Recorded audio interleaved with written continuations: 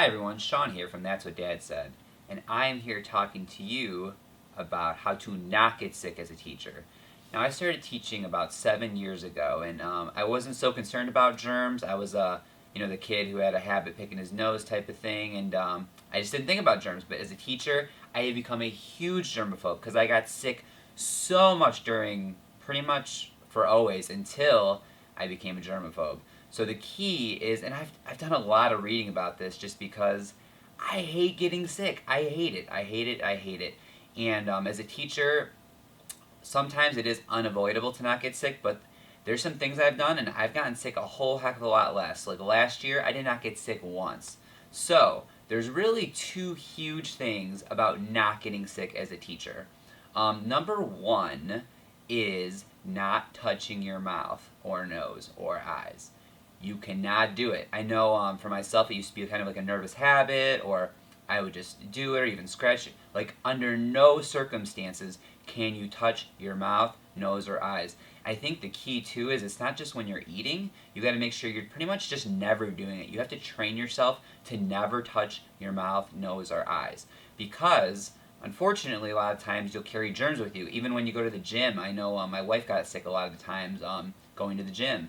And, it gets on your hair, it gets on your clothes, it gets on your coat. So, like, you might just be hanging out, adjusting your coat, and then all of a sudden you touch your nose and boom, you're sick.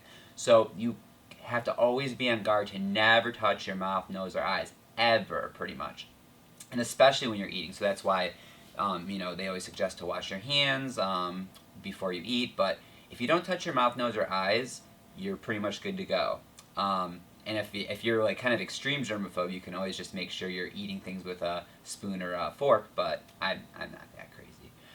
So the second hugest thing, you do these two things and you're going to be pretty good to go, is to not be within 6 to 7 feet of anybody. Now, that might sound harder than you think, but for myself and everyone I work with, including the students who I teach, know that I have a personal bubble. Now, I don't really have a personal bubble. I don't really mind if someone's right in front of my nose, right next to me. I don't really care.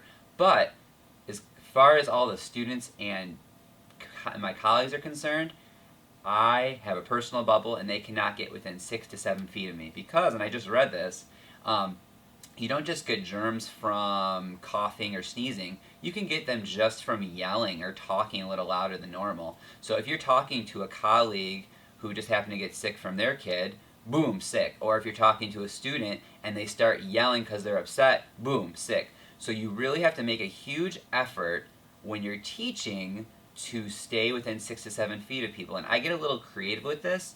I have a pretty big room, so if I'm like, I used to always do the go over the shoulder thing and help them out with a math problem. But what I'll do now is I'll just use my computer. And you don't have to have the most sophisticated technology. I mean, having a projector you need for this. But I literally will do the problem on Paint, like for a math problem, for instance. So I can stay at my seat, they can stay at their seat, 6, 7 feet away, good to go. That's huge. The kind of some other tips that aren't, I say those are literally the two most important things about how not to get sick as a teacher.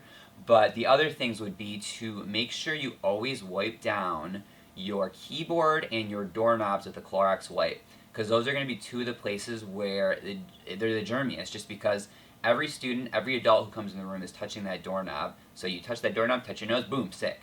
So you got to do that. And then with your keyboard, you're touching students' pencils, you're touching papers, you're touching, if you're giving someone a pat in the back, you're touching so many things throughout the day. And then you touch your keyboard because you're answering emails, you're doing this, you're doing that.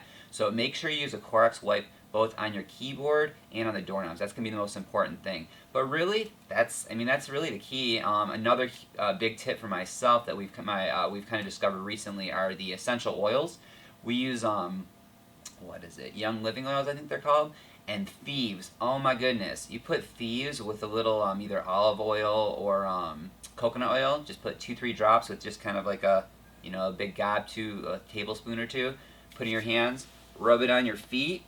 Oh my goodness! Even when I have gotten a cold, I literally feel like 80% better than I would have. It's unreal. So if you you slip and you do get sick, or you're talking. I mean, sometimes you have to talk to colleagues or students, and you can't help it.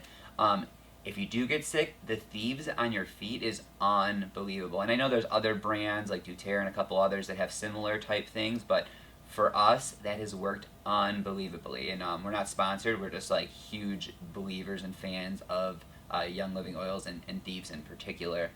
Other than that, I think the only other thing I can say is I can't do a video on how not to get sick from your family, because that's literally pretty much the biggest way for my son and my wife. That's how I usually get sick, is because you can't do the 6-7 feet rule with your family, and yeah, it's just what it comes down to. So hope you enjoyed this video. If you have any tips or any suggestions on how other teachers cannot get sick, you can share those comments below, and we'll see you next time.